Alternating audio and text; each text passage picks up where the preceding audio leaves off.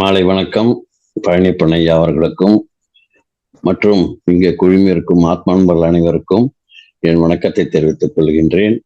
இந்த மகாவதார் ஃபவுண்டேஷன் மிகச்சிறப்பாக நடந்து கொண்டு வருகிறது. அவர்களுடைய நிறுவனர் திரு ரங்கநாதன் குருஜி அவர்களுக்கும் என்னுடைய வணக்கத்தையும் பிரணாம்ஸ்களையும் தெரிவித்துக் கொள்கின்றேன். மற்றும் இந்த ஞானத்தையும் போதித்த பிதாமகா பத்ரிஜி அவர்களுக்கும், மகாவதார் பாபாஜி அவர்களுக்கும், சதானந்த யோகி அவர்களுக்கும், காசிரெட்டி நாயன் அவர்களுக்கும், பிரபஞ்ச சக்தி விஸ்வசக்தி பஞ்சபூதங்களுக்கும் மற்றும் பூர்ணாத்மா சர்வாத்மா அம்சாத்மாக்களுக்கும், ஆஸ்ட்ரிஜன் மாஸ்டர் செரின் மாஸ்டர் சேத் மாஸ்டர்களுக்கும், என் பெற்றோர்களுக்கும் என் வணக்கத்தை தெரிவித்துக் கொள்கின்றேன். 5 கரத்தனை யானை முகத்தினை இந்திரன் போன்றும் மகன்றனை நந்தி முகன்றனை ஞான குழந்தினை புத்தியில் வைத்துட்டு போற்றுவனே. சுக்லாம் பரதரம் விஷ்ணும் சசிவரணம் சதுர்புஜம் பிரசன்ன வதனம் ஜாயேத்து சர்வ விக்னோபசாந்தியே. குரு பிரம்மா குரு விஷ்ணு குரு தேவோ மகேஸ்வரகா குரு சாட்சாத் பரபிரம்ம தஸ்மை ஸ்ரீ குருவே நமக. வெற்றிவேல் முருகனுக்கு அரோகரா. இன்று அருமையான தலைப்பு, மிக பெரிய ஒரு சாதனைன்னு சொல்லலாம். மகாபாரதங்கிறது நம்ம வாழ்க்கையிலே மறக்க முடியாதது. எது இல்லைனாலும், கடைசியில இந்த உலகமே இல்லைனாலும் கூட நமக்கு மகாபாரதத்தை அழிக்க முடியாது. பல யுகங்களா தொடர்ந்து வந்துகிட்டே இருக்கு. இது நம்ம சொல்ல போனா நம்ம நாட்டில் நடந்திருக்குங்கிறத நம்ம ரொம்ப பெருமையா நினைச்சுக்கலாம். இது கேட்கறதும் சரி, அதை நம்ம படிக்கிறதும் சரி, ரொம்ப ரொம்ப புண்ணியம் சொல்லுவாங்க. அதாவது மகாபாரதம் என்பது இந்தியாவின் மாபெரும் 2 இதிகாசங்கள்ல ஒன்று ஆகும். வியாச முனிவரால் சமஸ்கிருதத்தில் இயற்றப்பட்ட இந்த நூலை கற்பக விநாயகர் எழுதியாக நம்பப்படுகிறது. அடுத்தது என்னன்னா ராமாயணம். அந்த ராமாயணத்தை நம்ம இன்னொரு நாள் பார்க்கலாம். இது நம்ம மகாபாரதத்தை பார்க்கிறோம். இது வெறும் கதை இல்லைன்னு தான் சொல்றாங்க. மனிதனில் அறம், தர்மம் மற்றும் வாழ்வியலை விளக்கும் ஆன்மீக களஞ்சியம். அதுல ஹஸ்தினாபுரத்தில் அரியணைக்காக போராடும் 2 குடும்பங்கள், அதெல்லாம் கசின் பிரதர்ஸ் தான் 2 பேருமே. அப்படி இருக்கவங்க குடும்பங்களை ஒண்ணு பாண்டவர்கள் 5 பேரு, மற்றவங்க 100 பேர் கொண்டது கௌரவர்கள். ஆகியோர்களின் கதையை மையமாக கொண்டது தான் இந்த மகாபாரதம். அந்த பாண்டவர்களும் கௌரவர்களுக்கும் இடையே 18 நாள் நடைபெற்ற குருட்சேத்திர போர் இதன் முக்கிய நிகழ்வுகள் ஆகும். குருட்சேத்திர போரின் தொடக்கத்தில அர்ஜுனனுக்கு கிருஷ்ணன் கூறியது தத்துவங்களோட வந்ததுதான் பகவத்கீதை. இது வாழ்க்கையில் வழிகாட்டியாக கருதப்படுகிறது. அதே பீஷ்மாச்சாரியார் அவர்களுடைய மரணப்படுக்கையில் சொல்லும் போதுதான் விஷ்ணு சகஸ்ரநாமம். அந்த 2மே ரொம்ப முக்கியமாக இந்த 18 நாள் போர்ல இது பார்க்க போறோம். எப்படின்னா, இந்த மகாபாரத வியாசர் பாடுற பொழுது 1,00,000 கிரந்தம் இந்தியாவுக்கு வந்ததாம். அவர் பாடினது ஏகப்பட்டது, ஆனா நமக்கு கிடைச்சது 1,00,000 தான். அவர் என்ன சொன்னாராம்? நான் பாடுறேன், ஆனா சொல்ற வேகத்துக்கு எழுதுறதுக்கு ஆள் இருக்கா அப்படின்னு கேட்கிறாரு. அவ்வளவு வேகம் எழுதுறதுக்கு வேறு யார் இருப்பாங்க? நாரதர் சொன்னாராம், இந்த சேலஞ்ச் எல்லாம் எங்க கிட்ட வேணாம் சாமி, எங்க கிட்ட ஒரு ஆள் இருக்கிறார் திறமையா. எங்க இருக்காருன்னா தமிழ்நாட்டுல கற்பக விநாயகர் பிள்ளையார்பட்டியில் இருக்கிறார். அவரு நீங்க சொல்றத வேகத்திலேயே அவரும் எழுதுவாரு அப்படின்னு சொல்லி அவர் சொல்றாரு. பிள்ளையார்பட்டியில இருக்க கற்பக பிள்ளையார் அவர் எப்படி உட்கார்ந்து இருப்பாருன்னு சொல்லாம வடக்கு நோக்கி உட்கார்ந்து இருக்கிறாராம். எல்லா பிள்ளையாருக்கும் 5 கை இருக்கும். அவருக்கு இயல்பாக இருக்கிறது வலது கை, இடது கை, இது போக அங்குசம் ஒரு கை, பாசம் ஒரு கை, அப்புறம் 5வதாக இருக்கிறது தும்பிக்கை. அந்த தும்பிக்கை தான் நமக்கு நம்பிக்கை. ஆனா கற்பக விநாயகர்கிட்ட இருக்கிறது, பிள்ளையார்பட்டியில இருக்க விநாயகருக்கு 3 கை தான். அது ஒரு கை இடுப்புல வச்சிருப்பாரு, மற்றொரு கையில வலது கையில சிவலிங்கம் வச்சிருப்பாரு, கம்பீரமா இருப்பார். அது வேறு எங்கேயுமே இந்த மாதிரி பார்க்க முடியாது. 3 கை விநாயகருக்கு இருக்கிறது வேற எங்கேயுமே பார்க்க முடியாது. இது ஒரு சிறப்பான அம்சமாகும். அவரு எழுதின இடம் கூட ரொம்ப விசேஷமான இடம். எங்கன்னா ஒரு குகை இருக்குது. அது எங்க இருக்குதுன்னா கேதார்நாத்துக்கு உள்ளது. அந்த குகைக்குள்ளோர ஒரு பக்கம் வேதிவியாசரும், எதிர்பக்கம் விநாயகரும் மகாபாரதத்தை கதை எழுதினாங்க இடம் இருக்குது. இங்கதான் இருக்குதான். இந்த பிள்ளையார் என்ன சொல்லிட்டாருன்னா தெரியுமா? வியாசரே, நீங்க சொல்லுங்க, நான் எழுதிக்கிட்டே இருப்பேன். ஆனா ஒண்ணு விடாம எழுதுவேன். ஆச்சா, என் வேகத்துக்கு, நான் எழுதுற வேகத்துக்கு நீங்க பாட்டு சொல்லிக்கிட்டே இருக்கணும் அப்படிங்கிறாரு. அவரா சும்மா அவர் பரா வியாசர் இல்லையா, வியாச பகவான் அவர். அவர் கெட்டிக்காரரு. ஆனா நான் எந்த ஸ்லோகன் சொன்னாலும் அதற்கு பொருளை விளக்கிட்டு தான்ப்பா எழுதணும். சும்மா அப்படியே டிக்டேஷன் ஈயடிச்சா காப்பி மாதிரி எழுதக்கூடாது. நான் சொல்லுகின்ற ஸ்லோகத்தினை என்ன அர்த்தம்னு நீங்க புரிஞ்சுக்கிட்டு தான் எழுதணும். பிள்ளையாரும் என்ன சொல்றாரு, சரி பார்க்கலாம் சேலஞ்ச் அப்படின்னு சொல்லிட்டாங்க. 1,00,000 கிரந்தம் மொத்தம் பாடியது. வியாசர் என்ன பண்ணுவாராம், ஒரு 10 கிரந்தம் மட்டும் முதல்ல சொல்லிடுவாராம். பிள்ளையார் அதை விறுவிறு விறுவிறுன்னு எழுதிடுவாரு. அதற்குள்ளார அவர் இந்த 11வது கிரகந்தம் வரும்போது இந்த 10 கிரகத்தின் அர்த்தம் தெரியாமலே வியாசர் பாடிடுவாராம். பிள்ளையார் அதை யோசிச்சு இதுக்கு இந்த அர்த்தம் அப்படின்னு கண்டுபிடிக்கிறதுக்குள்ளார அடுத்த 10 கிரகந்தத்துக்கு அவர் ரெடி பண்ணிடுவாராம். யாரு, வியாசம். அப்போ எப்படி இருக்கும் பாருங்க, எவ்வளவு வேகமா கேள்வியை நான் கேட்கட்டுமா அல்லது நீ கேட்கிறாயங்கிற மாதிரி, நீங்க சொல்றீங்களா நான் எழுதட்டுமாங்கிற மாதிரி அந்த மாதிரி போயிட்டு இருந்தது. முடிச்ச உள்ள ஸ்லோகங்கள் மொத்தம் 8,800. ஆற்றொழுக்கு மாதிரி சொன்ன ஸ்லோகம் 91,200 ஸ்லோகம். அப்படியே ஆற்றொழுக்குன்னா அப்படியே நைஸா சைலண்டா போயிடுமா, அந்த ஈஸியா இருக்குமா. இது ரெண்டையும் கூட்டினா 1,00,000 கிரந்தங்கள். வியாச பகவான் சொல்ல விநாயகர் எழுதியிருக்கிறார். அவர் எழுத எழுத எழுதின வேகத்துல ஒரு கையில வச்சிருந்த எழுத்தாணி உடைஞ்சு போயிடுது. விட்டாரா விநாயகரு? அந்த நேரத்துல நம்ம எழுத்தாணி தேடிட்டு இருக்க முடியுமா? தேடிட்டு இருக்க முடியாது இல்ல. அப்ப உடனே என்ன செஞ்சாரு, தன்னுடைய வலது பக்கத்தில் இருக்க தந்தத்தை ஒடிச்சிடுறாரு. ஒடிச்சு எழுத ஆரம்பிக்கிறாரு. மேல பிள்ளையாருக்கு இன்னைக்கும் பாதி உடைஞ்ச தந்தம் தான் இருக்கும். இப்ப கூட நீங்க போய் பிள்ளையார் பட்டியில பார்க்கலாம். அவருக்கு ஒரு தந்தம் உடைஞ்சிருக்கும், இன்னொரு தந்தம் நீட்டமா இருக்கும். அப்ப கேக்குறாங்க, விநாயகர் மனுஷனா மிருகமா?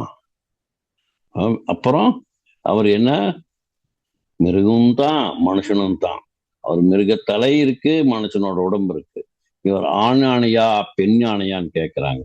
அப்போ ஆண் யானைக்கு தந்தம் உண்டு, பெண் யானைக்கு கிடையாது. தந்தம் தெரியாது. இவருக்கு ஒரு பக்கம் தந்தம் உண்டு, அதனால ஆண் யானை. ஒரு பக்கம் தந்தம் தெரியாத, அதனால இவர் பெண் யானை. ஆணும் அவர்தான், பெண்ணும் அவர்தான். அவர்தான் மனுஷனும், அவர்தான் மிருகமும்.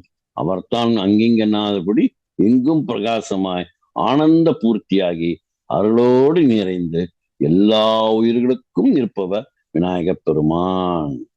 இல்லையா? உண்மைதானே? சரி, அடுத்தது என்னன்னா, இப்போ நம்ம மகாபாரதம் என்பது சரித்திரமா அல்லது கற்பனையா அப்படின்னு சொல்லி நம்ம பார்க்க போனா, வடநாட்டுல போய் பாருங்க, ஆயிரக்கணக்கான இடங்கள் மகாபாரதத்தோடு தொடர்புடையவராக இருக்கிறது. இல்லைங்களா? அது பொய்யா இருந்தா அந்த இடமெல்லாம் இருக்குமா? மகாபாரதம் இருந்தது எத்தனையோ யுகத்துக்கு முன்னால. அதுக்கப்புறம் எவ்வளவோ கலாமிட்டிஸ் எல்லாம் உலகம் ஏகப்பட்ட நேச்சுரல் கலாமிட்டிஸ்ல எல்லாம் அழிஞ்சு போயிருக்கலாம். ஆனா இன்னைக்கும் அந்த மகாபாரதத்துல சொன்னக்கூடிய அந்த இடங்கள் எல்லாம் அங்கே இருக்கும். அது குருச்சேத்திர போர் நடந்து பாருங்க, சேமந்த பஞ்சகம் அங்க இருக்கான். சண்டை போட்ட இடம் இருக்கும். இந்திர பிரஸ்தம் அப்படின்னு சொல்றோம் இல்லைங்களா, நம்ம டெல்லி, அங்கே தான் மகாபாரதத்திற்கு முன்னாலேயே தர்மராஜர் 20 வருஷம் ஆட்சி செஞ்சிருக்கிறாராம். எல்லாம் இன்னும் அங்கதான் இருக்குது.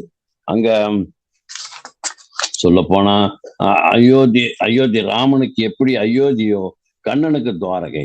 துவாரகை இன்னைக்கும் இருக்குது. இந்த பக்கம் ஒரு துவாரகை பேட் துவாரகான்னு சொல்றதாம். அடுத்தது கடலுக்குள்ள ஒரு துவாரகை இருக்கு. அதையும் அங்க நம்ம அங்க போய் போனா பார்க்கலாம். துவாரகை போனா அதையும் காமிக்கிறாங்க. இன்னைக்கு டூரிஸ்ட்ல எல்லாத்துக்குமே அழைச்சிட்டு போறதுக்கு எல்லாம் வசதி பண்ணி கொடுத்துருக்கிறாரு நம்ம பிரைம் மினிஸ்டர். அப்புறம் அது துவாரகா இருக்கு. ராமாயணத்தையும் மகாபாரதத்தையும் முதலில் பாராட்டியது யார் தெரியுமா? ஒரு வெள்ளக்கார பிரபு.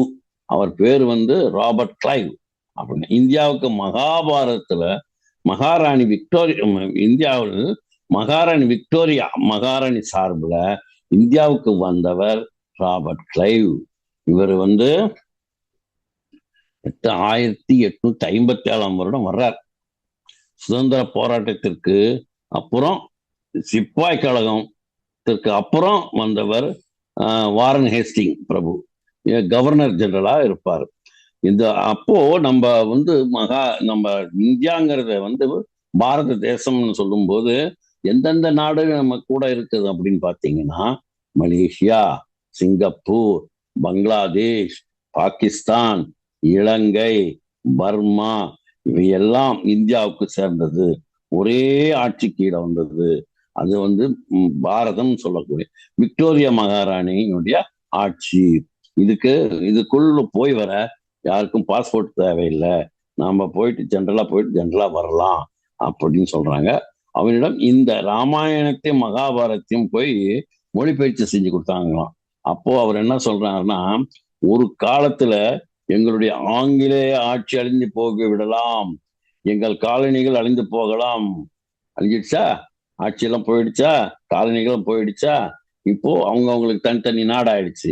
உலகம் அழியும் வரை, சூரியனும் சந்திரனும் உள்ளவரை நிச்சயமாக இந்தியாவில் புகழ் நிலைத்திருக்கும். அதற்கு காரணம் ஒன்று ராமாயணம், மற்றொன்று மகாபாரதம் என்றாராம். உண்மைதானே? அப்போ வாழ்க்கையில என்னதான் நடக்குது அப்படிங்கிறது, பல சிக்கல்கள் வருது, ஒவ்வொருத்தருக்கு பெரிய பெரிய ப்ராப்ளம் வருது. அந்த ப்ராப்ளத்தெல்லாம் தீர்க்கறதுக்கு என்ன வழி அப்படிங்கிறது விவரமாக விளக்கமாக சொல்றதுதான் மகாபாரதம். இந்த இந்த தீர்ப்பையெல்லாம் வந்து தீர்த்து அதுக்கு ஒரு விடை, இந்த மாதிரி சந்தர்ப்பத்துல இந்த மாதிரி பிரச்சனை வந்ததுன்னா இந்த மாதிரி தீர்த்து வச்சுக்கலாம் அப்படிங்கிற சொல்ற சமாச்சாரம் தான் மகாபாரதத்துல எல்லா இதுலயும் இருக்கு. கிரகந்தத்திலையும் 1,00,000 கிரகத்திலையும் இருக்குது, அதுக்கு பொருளும் இருக்குது. சரி, அப்போ சரி, இப்போ நம்ம கதைக்குள்ள வரலாம். தர்மராஜா ஒரு யாகம் பண்றாரு. அதன் பேர் வந்து ராஜசூய யாகம் அப்படின்னு பேரு. அதுல வந்து அத்தனை பேரையும் வெற்றி கட்டார். அங்க அவர் அந்த ராஜசூய யாகத்துல என்ன செய்வாங்கன்னா, ஒரு வெள்ளை குதிரை, அந்த குதிரைக்கு இதுல வந்து அந்த நாட்டு ராஜா தர்மராஜா இருக்கார் இல்லையா, அந்த அவருடைய நாடு இந்தியா, அந்த பரத கொடியை அவர் அந்த குதிரை மேல வச்சிருவார். அந்த குதிரை மேல போயிச்சுட்டு ஒவ்வொரு நாட்டுக்கா போகும். அந்த நாட்டுல இருக்கவங்க அந்த ராஜாங்க எல்லாம் அவருக்கு நான் அந்த ஆட்சியை நான் ஏத்துக்கிறேன் அப்படின்னு ஒவ்வொருத்தரும் சொல்லணும். சப்போஸ் சொல்லலை அப்படின்னா அந்த நாட்டு மேல இந்த தர்மராஜர் ஆட்சி செஞ்ச அந்த நாடு படையோட போய் அந்த நாட்டை ஆண்டுட்டு வருவாங்க. அது மீட்டிட்டு அது அவர் தொடையின் கீழ் கொண்டு வந்துருவாங்க. அப்படி சொல்றதுதான் ராஜசூயாகம். எல்லா நாட்டுக்கும் அதுக்கு வந்து ராஜசூயம் இதுக்கு அது குதிரை போயிட்டு வருது. அதுக்கு வந்து சாரி, அது வந்து அசமேத. இந்த யாகத்துல வந்து வந்தவங்களுக்கெல்லாம் வந்து பொருளை வாரி வாரி வழங்குறேன், இல்லை என்று கொடுத்து சொல்லக்கூடாது. அந்த யாகம் நல்லபடியா முடிஞ்சிடுது. நல்லா முடிஞ்ச பிறகு அந்த இதற்கு பொருள் வந்து எல்லாருக்கும் தானம் கொடுக்கணும்னு சொல்லி நம்ம தர்மராஜா ஆசைப்படுறாரு. அப்ப யார் அங்க பொறுப்பா உட்கார வைக்கணும், அந்த பொறுப்பான யாழுன்னு சொல்லி நம்ம கேட்கறதுக்கு, நம்ம பாஷையில சொல்லணும்னா கேஷியர். அந்த இடத்துல ஒரு கேஷியர் உட்காந்து அவர் பொறுப்பா வந்து வர்றதையும் வாங்கி வைக்கணும், தர்மமும் பண்ணணும் அப்படிங்கிறது ஒரு இடத்த யாரை தயார் பண்றது அப்படின்னா, என்ன பொறுப்பான ஆளு யாருன்னு பார்த்தா கடைசியில அவர் போய் கிருஷ்ண பரமாத்மா கேட்கிறாரு. கிருஷ்ண பரமாத்மா சொல்றாரு, நீங்க நம்ம துரியோதனனை உட்கார வைங்கன்றாரு. எல்லாருக்குமே பயமாயிடுது. என்னடா இது, நாம துரியோதனனை வந்து வித்தியாசமா பாக்குறோம், இவர் ஒரு வித்தியாசமா பாக்குறாரு, இவர் என்ன காரணத்தை சொல்றாரா தெரியல. எல்லாரும் பயப்படுறாங்க, இவன் ஏதாவது குளறுபடி பண்ணி யாகத்தை நிறுத்திடுவான் போட்டு இருக்குது, அதுக்காக இவரை வந்து நம்ம எப்படிங்க ஏத்துக்குதான். சரி, ஆனா பரமாத்மா சொல்லிட்டா அதுக்கு நோ அப்பீல், நோ அப்ஜெக்ஷன் அப்படின்னு சொல்லி அவங்க எல்லாம் என்ன செய்யறாங்க, சரின்னுட்டு அது ஒத்துக்கிறாங்க. பீமனுக்கும் புரியல, அர்ஜுனனுக்கும் புரியல, சகாதேவனுக்கும் புரியல, நகுலனுக்கும் புரியல, யாருக்கும் புரியல. பொதுவா 5 பேருக்கு யாருக்கும் புரியல. ஆனா கிருஷ்ண பரமாத்மா சொன்னா சரியா இருக்குன்னு சொல்லி ஒட்டு மொத்தமா ஓகே பில் பாஸ்ன்னு சொல்லி அவங்க வந்து இது பண்ணிடுறாங்க. கடைசியில வந்தவங்களுக்கெல்லாம் என்ன இவன் 100 ரூபா கேட்டானா 1000 ரூபாய் அள்ளி கொடுப்பாரு. அப்படியே எல்லாமே பாதியிலே நின்று போயிடும். பணம் எல்லாம் கஜானாலாம் காலி ஆயிடும்.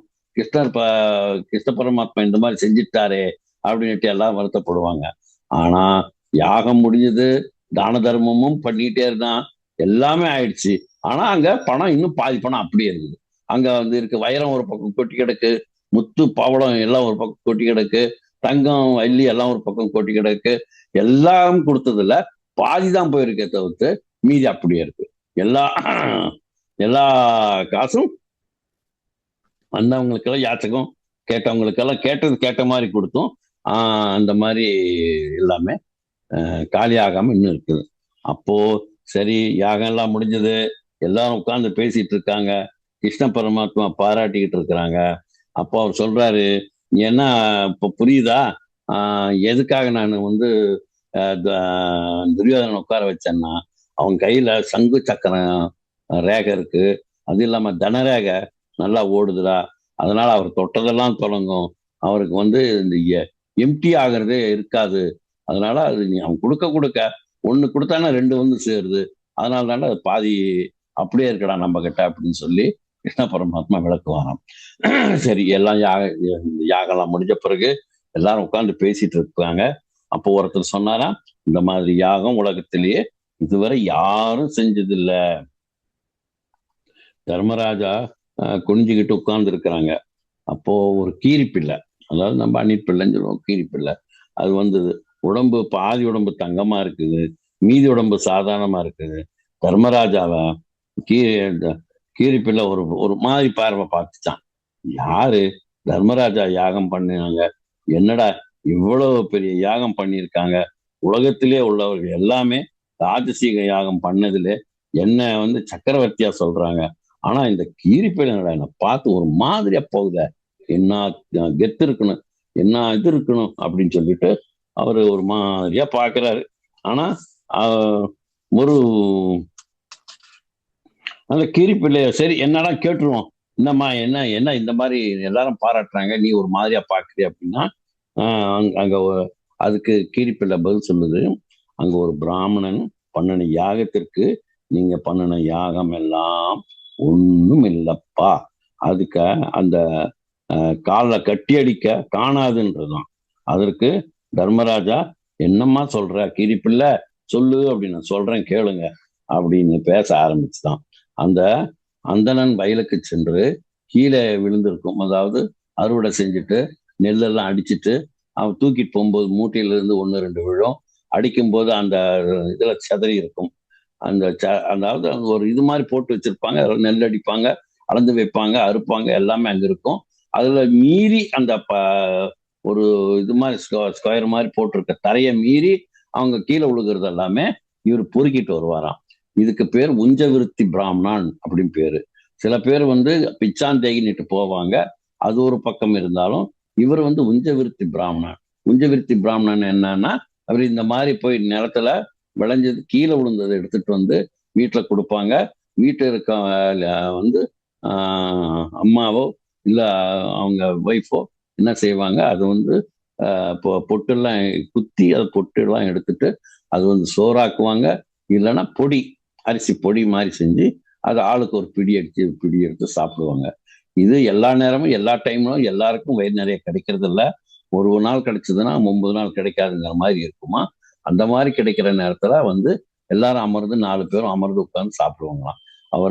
அவர் ஒய்ஃபு, அதே மாதிரி அவங்க பையன், அவங்க மருமக, 4 பேரும் உட்கார்ந்து சாப்பிட்றாங்க. அன்னைக்கு வந்து கொஞ்சம் தான் வந்திருக்கு. அந்த கொஞ்சத்தையும் பக்குவமா அந்த பொண்ணு, மருமக பொண்ணு இடிச்சு, உரலை இடிச்சு அந்த பொட்டெல்லாம் எடுத்துட்டு மாவு பண்ணி ஆளுக்கு ஒரு பிடியை வச்சு கொடுத்துட்டு இருக்கும் போது, நேற்று வரை ஏகாதசி, இன்னைக்கு துவாதசிப்பா. சரி, எல்லாரும் பல வகை வெரைட்டி ஆஃப் ரைஸ் சாப்பிடுவாங்க. 24 வகை காய்கறிங்க, ஸ்வீட்டுங்க, பாயாசம் முதற்கொண்டு சாப்பிடுவாங்கன்னா, அவங்க வீட்டில் இருக்கிறது அந்த பிராமணன் கொண்டு வந்த, குஞ்சவர்த்தி பிராமணன் கொண்டு வந்த அந்த அரிசி பொடி. அதை சாப்பிட்ற நேரம் பார்த்து வெளியில இருந்து பிச்சாந்தேகி அப்படின்னு ஒருத்தர் வர்றார்.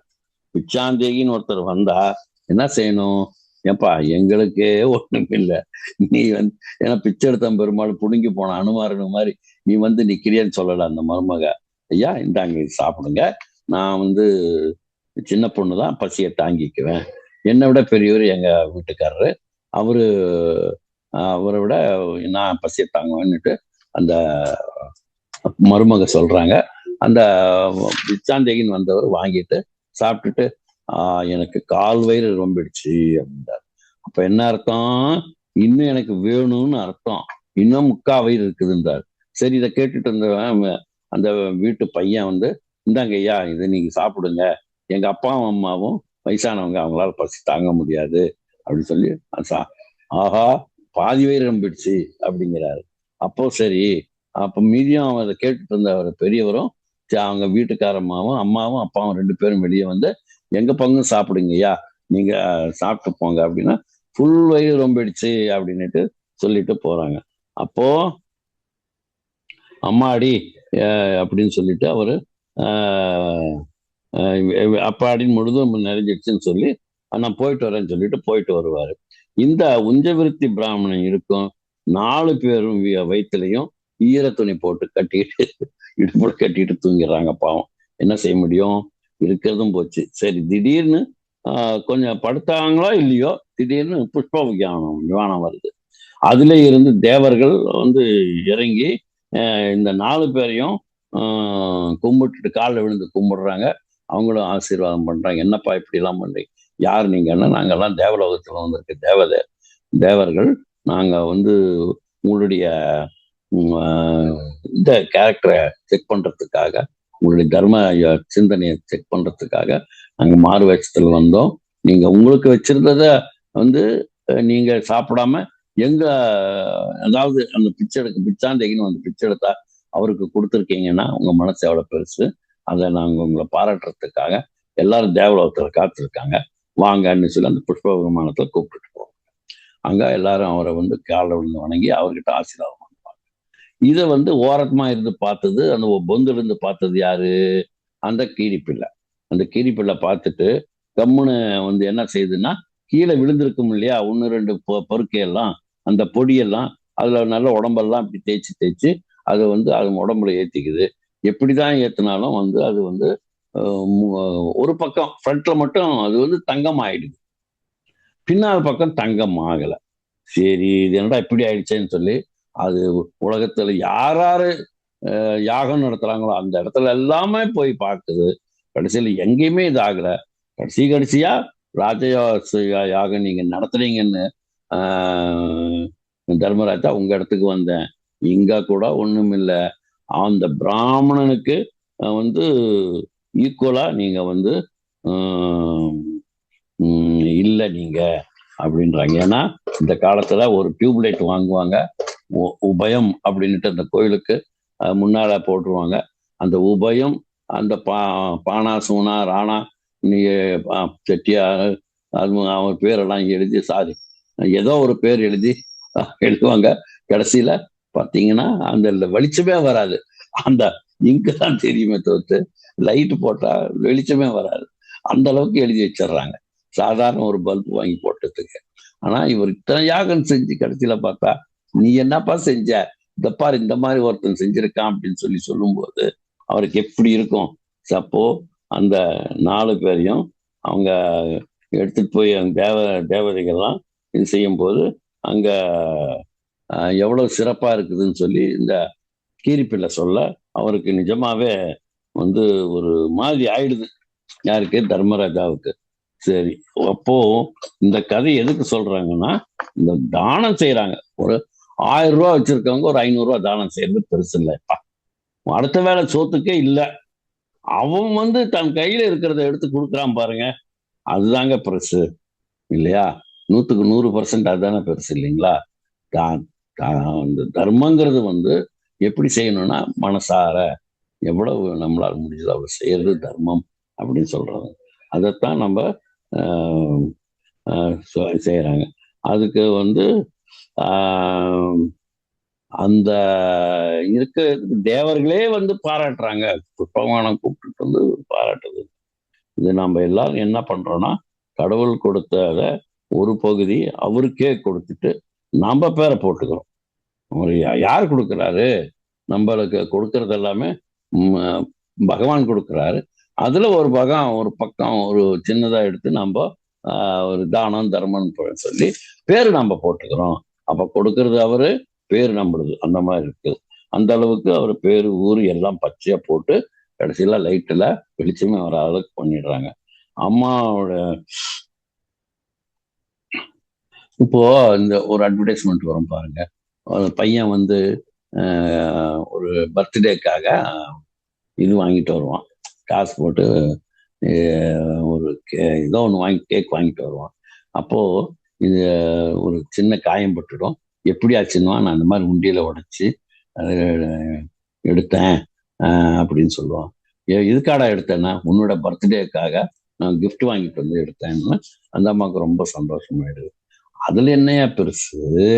அம்மாவுடைய காசை எடுத்து அம்மாவுக்கு நீ பர்த்டே கொண்டாடுறதுல சந்தோஷம் என்ன இருக்கு? ஆனா அங்க நம்ம பாக்குறது வந்து அன்பு. அந்த அம்மாவுக்கு பையன் மேல இருக்கிற அன்பும், அந்த பையனுக்கு அம்மா மேல இருக்கிற அன்பும் அந்த அட்வர்டைஸ்மெண்ட்ல காமிக்குது. ஆனா நம்ம இவர் என்ன சொல்றாருன்னா, ஒரு தானம் பண்றதுன்னா உங்க உங்க சம்பாத்தியத்துல இருந்து பண்ணீங்கன்னா அதுதான் சிறப்பு. அப்போ நம்ம என்ன செய்யணும்? நம்ம சம்பாதிச்சு நம்ம இவங்களுக்கெல்லாம் தானம்னு கொடுக்கும்போது அது சிறப்பா இருக்கும் அப்படிங்க. சரி, இப்போ இந்த இந்த கதையில எல்லாம் இதெல்லாம் எங்க எங்க இருக்குன்னு கேக்குறீங்களா? இது எல்லாமே நம்ம மகாபாரதத்துல தான் இருக்கு. நான் சொன்ன உஞ்சவிருத்து பிராமணன் கதை, அதுக்கு முன்னால கீரி பிள்ளை கதை, எல்லாமே வந்து மகாபாரதத்தில் இருக்கிறது தான். இதெல்லாம் இல்லாதுன்னு சொல்லலை. ஆச்சுங்களா? அடுத்தது வந்து என்ன சொல்றாங்க, தர்ம சங்கடம்னு சொல்றாரு இல்லையா? தர்ம சங்கடம்னா என்ன? வந்து ஒரு டைம் தர்மராஜாவுக்கு தர்ம சங்கடம் வந்துடுது. எப்படின்னா, துரோணாச்சாரியார்னு ஒருத்தர் இருக்கிறார். அவர் கும்பத்துல பிறந்தவர்னு சொல்லுவாங்க. இவருடைய தகப்பனார் வந்து பரத்வாஜ் முனிவர். தாய் வந்து தேவலோக அப்சரஸ் பெண் ஆவார். அவருக்கு பிறந்தவர் தான் துரோணாச்சாரியார். வடமொழியில துரோணம் அப்படி என்றால் ஜாடி, பானை, கும்பம் அல்லது மரக்கலம் என்று பெயரப்படும். அது அது வந்து அவர்களோட ஒப்பிட்டு இவரை முதல் சோதனை குழாயின் கூட குழந்தைன்னு சொல்லுவாங்களாம். அதாவது இவர் இந்த பரத்வாஜ முனிவர் என்ன செய்யறாருன்னா, அவர் சாயங்காலமும் அந்த வேலையில வெளியே வரும்போது ஒரு தேவத்தை அப்சரஸ் மாதிரி போயிட்டு இருக்கிறத பார்த்து அவர் ரிக்வஸ்ட் பண்றாரு. அந்த ரிக்வஸ்ட் பண்ணும்போது இந்த மாதிரி இந்த நேரம் அருமையான நேரம், இதுல நம்ம சேரும்போது ஒரு நல்ல ஒரு குழந்தைய நம்ம உருவாக்கி கொடுக்கலாம் அப்படின்னு சொல்லி சொல்லும்போது அந்த பெண்ணும் ஒத்துக்கிறாங்க. அதுல இருந்து பிறந்தவர் தான் வந்து இவர் துரோணாச்சாரியார். அதனால அவர் ஆண் குழந்தை பிறந்திருக்கிறதுக்கு காரணமானவங்க அவங்க டெஸ்ட் டியூப் பேபி. அதனால அந்த வந்து அவங்க வந்து அந்த கும்பத்துல, அதாவது இந்த பானை மாதிரி இருக்குமா, அதுல வச்சு காப்பாத்தி அதை வந்து அந்த விந்துவை வச்சு காப்பாத்தி டெஸ்ட் டியூப் பேபியா இது பண்ணி கடைசியில் வந்தவர் தான் இந்த துரோணாச்சாரியார். அதுக்கு பேர் அதனால துரோணம் அப்படின்ற மரக்கலம், பானை அப்படின்னு சொல்றது. அந்த மாதிரி வடமொழியில சொல்றதான். மேலும் அவருக்கு வில்வித்தையில் அசாத்திய திறமை இருக்கு. இவரை பற்றி வேறு பக்கம் வேறு ஒரு நாள விவரமா பேசலாம். துரோணாச்சாரியங்கிறது ஒரு பெரிய சரித்திரம். அவர் வந்து அவ்வளவு சாமர்த்தியமா அவ்வளவு திறமையா இருக்கிறவர். அவங்கதான் இந்த 2 பேருக்கும், பாண்டவர்களுக்கும் அதே மாதிரி கௌரவர்களுக்கும் எல்லா போர் வித்தைகள் எல்லாம் சொல்லி கொடுத்தவர் அவர் தான். அது வந்து அதே மாதிரி துருபதனுங்கிறவனுக்கு 2 பேரும் ஒரு இடத்துல இருக்கிறாங்க. கடைசியில் அவன் ராஜா ஆயிடுறாரு. ஒரு குரு கிட்ட கத்துட்டு இருக்கும்போது இந்த துருபதனை வந்து ராஜா ஆயிடுறாரு. அப்ப சொல்லிக்கிறாங்க, உனக்கு பாதி இது தருவேன், நான் உங்களுக்கு ஆட்சி செய்வேன், அந்த அளவுக்கு எனக்கு நீ உதவி செஞ்சிருக்க துரோணா அப்படிங்கிறாரு. கடைசியில துருபதனுக்கு அவன் கொடுக்கறது இல்லை. அதுல வந்து ஒரு சபதம் தான். கடைசியில அவன் துரோணாச்சாரிய நான் கொள்வேன் அப்படின்னுட்டு அவன் துருபதன் வந்து சபதம் எடுத்துக்கிறாரு. அந்த அதுல வந்து கடைசியில அந்த திருஷ்டத்யுமன் அப்படிங்கிறவர் அவருக்கு மகன். அவரும் வந்து யாகத்துல பிறந்தவர் தான். அது அவங்க யாருன்னா, திருஷ்டத்யுமன் யாருன்னா திரௌபதியோட சகோதரன். அப்போ 2 பேருமே துருபதனுக்கு அவன் செஞ்ச யாகத்துல பிறந்தவர்கள். இவருடைய லிங்க் நான் சொல்றேன், கடைசியில வருது. அப்போ வந்து யுத்தம் ஆரம்பிக்கிற பொழுது தர்மராஜா வந்து துரோணாச்சாரி காலில் விழுகிறார். விழுந்து எங்க ஆசீர்வாதம் பண்ணுங்க அப்படின்னு. அவர் என்ன, ஜெய ஜெய ஜெய தீபவா அப்படின்னு சொல்றாரு. குருநாதர் கிட்ட கேட்கிற சிஷ்யனை. அவர் சிஷ்யன் யாரு? துரோணாச்சாரியார் குரு. அப்போ வந்து குருநாதர் துரோணாச்சாரியர் சொல்றாரு, எப்போ என் ஒரு வரம் ஆசீர்வாதம் பண்ணிட்டு ஒண்ணு கேட்கிறாரு, உனக்கு ஏதாவது வேணும்னா கேளுப்பா நான் கொடுக்குறேன் அப்படிங்கிறாரு. அப்போ இவர் நைஸா கேட்டுடுறாரு, துரோணாச்சாரியார் குருவே, உங்களுடைய இறுதி காலம் எப்படி இருக்குங்கிறது கொஞ்சம் எனக்கு சொல்லுங்க அப்படின்னு சொல்லி துரோணாச்சாரியார்கிட்ட கேட்கறது தர்மராஜா. யார்கிட்ட கேட்கிறாரு? துரோணாச்சாரியார் குரு. யார் கேட்கறது? தர்மராஜா சிஷ்ய பிள்ளை. என்ன கேட்கிறாரு? அவர் கேட்கறது எல்லாமே உங்களுடைய உயிர் எப்ப போகும் அப்படின்னா. அவர் இவருக்கு ஆப்போசிட்ல நிக்கிறவங்க தான் இவங்க பாண்டவர்கள். அப்ப இவரை வீழ்த்தணும்னா யாரு வீழ்த்தணும்? பாண்டவர்கள் தான் வீழ்த்தணும். ஏன்னா அவன் வந்து துரியோதன பக்கம் இருந்து அவர் ஃபைட் பண்றாரு. ஏன்னா அங்கதான் அவர் வந்து அப்பாயிண்டட் இவர் ராஜகுருவா இருக்கிறார். அதனால அங்கிருந்து தான் அவர் சேவகம் செய்யணும், தவிர்த்து கட்சி மாற முடியாது. அதனால அவர் கௌரவர் பக்கம் இருக்கிறாரு. இங்க பாண்டவர் பக்கத்திலிருந்து தர்மராஜா கேட்கிற உங்க சீக்ரெட் ஆஃப் த லைஃப் என்ன, உங்களுடைய லைஃப் எப்படி நாங்க இது பண்றது கேட்கும்போது அவர் சொல்றாரு, அவர் சிரிச்சுக்கிறார். ஏன்னா அவருடைய லைஃப் வந்து யாரால முடியும்னா அவங்க பையன் அஸ்வத்தாமன் இறக்கணும். அவன் பையன் இறந்தா தான் இவர் வந்து இவரை கொல்ல முடியும். ஏன்னா அஸ்வத்தாமன் வந்து சிரஞ்சீவி, அவனுக்கு சாவே கிடையாது. அப்ப அவன் எப்படி இறப்பான்? அதனால இவங்க வந்து ஒரு இதா வச்சிருந்து துரோணாச்சாரியார் வந்து ஒரு அந்த ஒரு ஃபேத்தில் அவர் சொல்லிடுறாரு, ஏன்னா வந்து இந்த மாதிரி இருக்குதப்பா அப்படின்னு சொல்லி யார்கிட்ட சொல்றாங்க? துரோணாச்சாரியார் வந்து தர்மராஜர்கிட்ட சொல்றாங்க. இது வந்து செத்துட்டான்னு சொன்னா கூட ஒரு நம்பிக்கையான ஆள் சொன்னா தான் நான் அதை நம்புவேன். அதுல இருந்து நான் என்னுடைய நீங்க இது பண்ணிக்கலாம் அப்படின்னு சொல்றாரு. கிட்டத்தட்ட இது வந்து ஒரு பெரிய ஒரு குகை கையோட மலையை தாண்டி 7 கடலை தாண்டிங்கிற மாதிரி அந்த மாதிரி இதுன்னு வச்சுக்கோங்களேன். ஏன்னா அவருடைய உயிர் இருக்குன்னு சொல்றாங்களா அந்த மாதிரி. அப்போ என்னை கொள்வதற்கு பிறந்தவன் வந்து திஷ்டத்யுமன் தான், அவன் வந்து கொல்லணும், அப்பதான் என் உயிர் போகும் அப்படின்னு சொல்றாரு. அப்போ இந்த இது வந்து இப்போ சொன்ன மாதிரி திஷ்டத்யுமன் அவங்க எப்படின்னா அவன் இவருக்காகவே அவன் வந்து யாகத்துல உருவாக்கப்பட்டவன். சரியா? சரி. 15ஆம் நாள் யுத்தம் ஆரம்பிக்கிறது. அன்னைக்கு இவரு பீஷ்மாச்சாரியார், பீஷ்மர்னு சொல்றோம் இல்லையா, பீஷ்மாச்சாரியார் அவருடைய இது அந்திம காலம் வருது. அதனால அவர் வந்து அந்த படை தளபதியிலிருந்து விலகி அங்க அம்பு படைக்கல படுத்துட்டு இருப்பாரு. அப்புறம் வந்து அந்த நேரத்துல அவருக்கு பாட்டனாருக்கு ஈக்குவலா இருக்கிற யாருன்னா துரோணாச்சாரியார் அன்னைக்கு வந்து சேனாதிபதியாக இருக்கிறார். அதாவது கௌரவர்களுடைய படைகளுக்கு தளபதியா இருக்கிறார். அப்போ கிருஷ்ண பரமாத்மா தர்மராஜ பக்கத்துல வந்தாரு. என்னன்னு கேட்கிறாரு, தர்மராஜா ஒண்ணு செய்யணும்பா. யாரு? பரமாத்மா வந்து யாருகிட்ட கேட்கிறாரு? தர்மராஜா கிட்ட கேட்கிறார். ஐயா ராஜாவே, கண்ணுக்குட்டிய சின்ன ஆமா அப்படி இப்படின்னு சொல்லி அவரை வந்து மயக்கி என்ன சொல்ற, என்ன சொல்லுறா, சொல்லு கிருஷ்ணா, உன்கிட்ட நான் என்ன அப்படிதான் நான் கேட்கணுமா? ஆமாடா, நான் கேட்கணும்டா, இல்லைன்னா நீ செய்ய மாட்டியோன்னு. இல்லை நீ சொல்லு, நான் செய்யறேன்னா. ஒன்னே ஒண்ணு செய்யணும். என்ன அப்படின்னு கேட்கிற. அஸ்வத்தாமன் இறந்துட்டான்னு சொல்லணும். ஐயோ, என்னால ஆகாதப்பா. இந்த அங்க நிக்கிற இந்தா பாரு, அங்க நிக்கிற அஸ்வத்தாமன், அவன் கண்ணு முன்னாடி இருக்கணும், எப்படி இறந்து போயிட்டான்னு சொல்லணும். எப்படி நான் போய் சொல்ல மாட்டேன்? ஐயோ, இப்படி சொல்லிட்டியாடா. சரி, அப்போ ஒண்ணு செய் பீமா. என்ன? பீமா அவனை கூப்பிடுறாரு. என்ன அப்படிங்கிறாரு. அங்க ஒரு யானை நிக்குது இல்ல? ஆமா நிக்குது. அந்த யானைக்கு என்ன பேரு? அஸ்வத்தாமான்னு பேரு. சரி. அப்போ சொன்னா பீமன், அப்ப பீமா அதை கொன்னுடு அப்படிங்கிறாரு. யாரு? கிருஷ்ண பரமாத்மா. அப்போ அந்த யானையை அம்புட்டு கொன்னுடுறாங்க.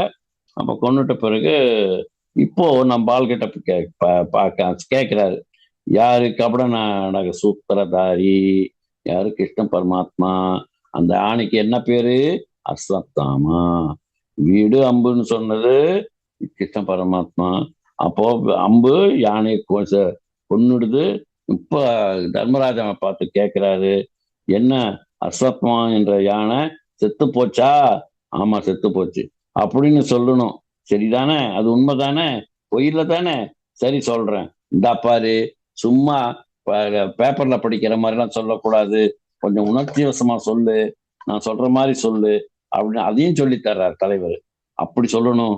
எப்படி சொல்லணும்னா, உம் வந்து முக்கியம் என்னன்னா, சொல்லுகிற சொல்றேன் கேளு, அஸ்வத்தாமா கதை கொஞ்சரக அப்படின்னு சொல்லணும். இத தமிழ்ல சொல்லணும்னா, அஸ்வத்ராமன் இறந்து விட்டான் அப்படிங்கிற யானை. அதாவது ஃபர்ஸ்ட் என்ன சொல்லணும்? அஸ்வத்தாமா செத்துட்டான் அப்படின்னு சொல்லணும். அப்புறம் சொல்லணும் யானை என்கின்ற யானை அப்படின்னு சொல்லணுமா. இது பரவாயில்லையே, எனக்கு ஒன்றும் பிரச்சனை இல்லை, நான் உண்மையைத்தானே பேசுறேன் அப்படின்னா. இவன் சொல்றான் அஸ்வத்தாமன் இறந்துட்டான் அப்படிங்கிறாரு. அப்ப யானைன்னு சொல்லணுமா இல்லையா? அந்த நேரத்துல இவர் கிருஷ்ண பரமாத்மா என்ன செய்யறார்? தன்னுடைய பாஞ்சஜன்யங்கிற ஒரு சங்கு எடுத்து ஊன்னு ஊதிடுறார். பூம் பூம்னு ஊதும் போது அந்த யானை செத்துட்டு, யானை என்கின்ற யானை செத்து விட்டதுங்கிறது அவருக்கு காதுல போய் சேர்றதில்ல. யார் காதுல? துரோணாச்சாரியர். ஐயோ என் பையன் போயிட்டான்னு சொல்லி தன்னுடைய ஆயுதத்தெல்லாம் கீழே போட்டுடுறாரு. அந்த நேரத்தை பார்த்து திஷ்டத்யும்னனை கூப்பிட்டு அட்ரா அம்பு அட்ரான்னா அவன் செத்துடுறான். அவன் தலையை வெட்டி எடுத்துட்டு போய் அவன் துருபதன் அவன் கையில கொடுத்துட்றான். இப்படி எல்லாமே கபட நாடகம் ஆடி அந்த மகாபாரத போர்ல இது பண்ணிருக்க அநியாயத்தை பார்த்தீங்களா? குஞ்சரக என்ற வார்த்தை காதுல விழாத மாதிரி சங்கநாதம் எழுப்பி துரோணாச்சாரியாருக்கு விழாத மாதிரி செஞ்சு, ஐயோ என் பையன் அஸ்வத்தாமன் போயிட்டானேன்னு நம்ப வச்சு அவனுக்கு கழுத்தறுத்துட்டாங்க. இதுதான் கழுத்தறுக்கிறதுங்கிறது, நம்பி கழுத்தறுக்கிறதுங்கிறது இதுதான். அப்படியே திஷ்டத்யும்னனை வந்தான். அவன் கழுத்தை வெட்டி எடுத்துட்டு போயிடுறான். இப்போ என்ன ஆகுதுன்னா, அவருடைய தேர் இருக்கு இல்லைங்களா? யாரு? நம்ம தர்மராஜா தேர் எப்பயுமே ஒரு அரடி பூமியிலிருந்து அரடி மேலதான் ஓடுமா. ஏன்னா அது பொய் பேசுற பூமியை இருக்கிறதுனால அதுக்கு பிடிக்காதான், அந்த மாதிரிதான் ஓடுமா. சரிதான், இதற்கு பேர் தான். இப்போ அந்த தேரு தலையை தோட்டுச்சான். சரிதான், இதற்கு பேர் தான் தர்ம சங்கடம். சொல்லாம வேண்டாமா? ஒரு ஒரு பக்கம் பொய் மாதிரி சொல்லலாம், இன்னொரு பக்கம் பொய் தான் இல்ல நிஜம்தாங்க சொல்றது. நம்ம அப்படித்தானே பண்றோம். நம்ம இவர் தாத்தா என்ன சொல்லியிருக்கார்? திருவள்ளுவர் கூட பொய்மையும் வாய்மை கிடத்த புரை தீர்த்த நன்மை பயக்கும் எனில் அப்படின்னு சொல்றாரு. இது மற்ற யுகங்களுக்கு இந்த கலியுகத்திற்கும் துவாபர யுகத்திற்கும் வித்தியாசம் என்னன்னு தெரியுமா? மற்ற யுகத்துல வழியும் சுத்தமா இருக்கணும், முடிவும் சுத்தமா இருக்கணும். அது மகாத்மாவுக்கு அப்படித்தான் இருந்தது. ஆனா கிருஷ்ணனுக்கு அப்படி இல்லை. முடிவு நல்லதா இருக்கணும், வழி எப்படி கொஞ்சம் அப்படி இப்படி இருந்தாலும் அட்ஜஸ்ட் பண்ணிக்கலாம், எப்படியோ அதை அடையணும். அதாவது டார்கெட் இஸ் மோர் இம்பார்ட்டன்ட். வெற்றி தான் நமக்கு முக்கியமே தவிர்த்து அது எப்படி வேணாலும் அடையலாங்கிறது நம்ம கிருஷ்ண பரமாத்மாவோட இது அவருடைய பாலிசி. அந்த மாதிரி இந்த கலியுகத்துல கலியுகத்திற்கு பக்கத்துல வந்த யுகம்தான் துவாபாரக யுகம். அதனால அப்படியே அது பூரா வந்துச்சு. தர்ம சங்கடமா நேர்ந்த பொழுது தர்மராஜா பண்ணதாச்சும் சொல்லி அது தப்பா சரியாங்கிறத சொல்லி இவ்வளையும் காண்பித்த நூல் மகாபாரதம். அது எப்படி பார்த்தீங்களா? இந்த மாதிரி நிகழ்ச்சி நடந்தது, அதுக்கு அவர் ஒத்துக்கல. அதுக்கு ஒத்துக்க வச்சு இந்த மகாபாரத போர் முற்று பெறுறதுக்கு வேணுங்கிறதெல்லாம் செய்கிறாங்க. அடுத்தது என்னன்னா, மண்ணாசியிலேயே மண்ணாசினாலே துரியோதனன் கெட்டான், பொன்னாசினால ராவணன் கெட்டான்னு சொல்லுவாங்க. இந்த இரண்டும் ஆசையும் இருந்தா உலகத்திலேயே அழிவு. மகாபாரதத்திற்கு இன்னொரு பெருமை என்னன்னா தெரியுமா? பகவத்கீதை. இந்த மகாபாரத போர் ஆரம்பிக்கிறதுக்கு முன்னால அர்ஜுனன் சொல்றான், என்னுடைய சொந்தக்காரங்க அங்க பாருங்க, இங்க தாத்தா நிக்கிறாரு, எங்க அண்ணன் தம்பிங்க நிக்கிறாங்க, இங்க வந்து சொந்த பந்தம்லாம் இருக்குது. இவங்களெல்லாம் என்ன கொல்ல சொல்றியே, என்னன்னா கண்ணா, இதெல்லாம் என்னால கொல்ல முடியாது. இவங்களெல்லாம் கொண்டுட்டு நீ யாருகிட்ட போய் ஆட்சி செய்யட்டும்? யார் எங்க வெறுனா இருக்கு அவங்க 4 சேருகிட்ட உட்காந்துட்டு நான் பேசவா? இதெல்லாம் சரியில்லை கண்ணா, நீ செய்யறது சரியில்லைன்னு சொல்லுவான். அப்போ சொல்றாரு பகவத்கீதைங்கிறத அவருக்கு சொல்றாரு, கடமையை செய், பலனை எதிர்பார்க்காதுன்னு சொல்றது. அதான் அந்த மகாபாரத போர் ஆரம்பிக்கும் போது அவர் சொல்றது பகவத்கீதை ஆரம்பம் ஃபர்ஸ்ட். அதே போல பகவத்கீதை வந்து படுக்கையில் இவர் பீஷ்மர் கடைசி மரணப்படுக்கையில் இருக்கும்போது சொன்னது விஷ்ணு சகஸ்ரநாமம். அப்போ யுத்தம் ஆரம்பிக்கும் போது பரமாத்மா சொன்னது பகவத்கீதை. 3 மாமதிகள் முனிவரும் தேவரும் பிறரும் மண்ணுலகம் 7 பாரதத்தையும் பாரேன் அப்படின்னு சொல்லி வில்லிபுத்தர் ஆழ்வார் பாடுறாராம். அது பாரதத்திற்கு என்னால சொல்ல முடியுமா? என்னால சொல்ல முடியல, அதை பற்றி கவலை இல்லை. நான் ஏன் தெரியுமா பாரதம் சொல்றேன். அதாவது மண்ணு மாதவன் சரிதை, மண்ணுனும் மாதவன் நிலை பெற்ற மாதவன் ஆகிற பெருமானுடைய சரித்திரம் வரும். அதனாலே நான் இந்த பாரதத்தை சொல்கின்றேன். மண்ணு மாதவன், மண் மாதவன் பிரிச்சா மண் உமாதவன் நிலை பெற்ற உடையவனை ஒரு பாதத்தில் பக்கத்தில் கொண்ட சிவபெருமான் அப்படிங்கிறது. அதாவது இந்த அப்படின்னா என்ன சொல்றதுன்னா, பெருமாளையும் பாடுறோம். பெருமாளை பாடுறது மட்டும் இல்லாம சிவபெருமானுக்கு பேரு உமாதவன் அப்படின்னா உமையாளை பக்கத்தில் வைத்திருந்த தவம் செய்பவன், அவருக்கு பேரு மாதவன். மண் உமாதவன் இதையெல்லாம் எங்க சொல்ற வில்லிபுத்தாழ்வார் இதெல்லாம் சொல்றாரு. அவரோட வேலை இதெல்லாம். 18 அக்ரோனி சேனைகள் அழிச்சுத்தான் 18 நாள் கரெக்டா ஆயிடுது. ஒரு அக்ரோனினா 2,18,700 பேர். 18 அக்ரோனினா எத்தனை பேர்? சுமாரா 39,86,600 பேர். 600 பேர் சண்டை போட்டுக்கிட்டாங்க. ஆனா மீதமானவங்க எத்தனை பேர்? மிச்சம் 10 பேர். அவ்வளவு பேரும் அழிஞ்சிட்டாங்க. பூபாரம் தீர்ந்துச்சு.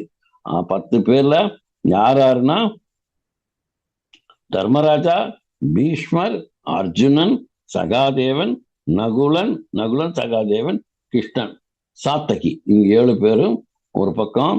அப்புறம் அவங்க பக்கம் என்ன, கௌரவர் பக்கம் அஸ்வத்தாமன், கிருதவர்மன், கிருபாச்சாரியா 3 பேர் தான் இருக்கிறாங்க. இந்த துரியோதன் பக்கத்துல 3 பேர். அங்க அஸ்வத்தாமா, கிருத்தவர்மா, கிருபாச்சாரியர் 3 பேரும். பாண்டவர் பக்கத்துல அந்த 7 பேரும். அங்க மொத்தம் 7 3 10 பேர் தான் இருக்கிறாங்க. இப்போ நான் உங்களை வியாசகிட்ட அழைச்சிட்டு போறேன். நாளைக்கு பார்த்துக்கலாம். இன்னைக்கு நேரம் முடிஞ்சதுனால இந்த தொடர்ச்சி நாளை மட்டும் தொடரும். இதுவரையும் அமைதி காத்து என்னுடைய பேச்சை கேட்டதற்கு மிக்க மிக்க நன்றி. எனக்கு ஆதரவு கொடுத்த மகாவதார் ஃபவுண்டேஷன் அவர்களுக்கும், அண்ணன் பழனியப்பன் அவர்களுக்கும், மற்றும் இதில் பயணித்து வரும் அனைத்து ஆத்மநபர்களுக்கும் என் வணக்கத்தை தெரிவித்துக் கொள்கின்றேன். நன்றி.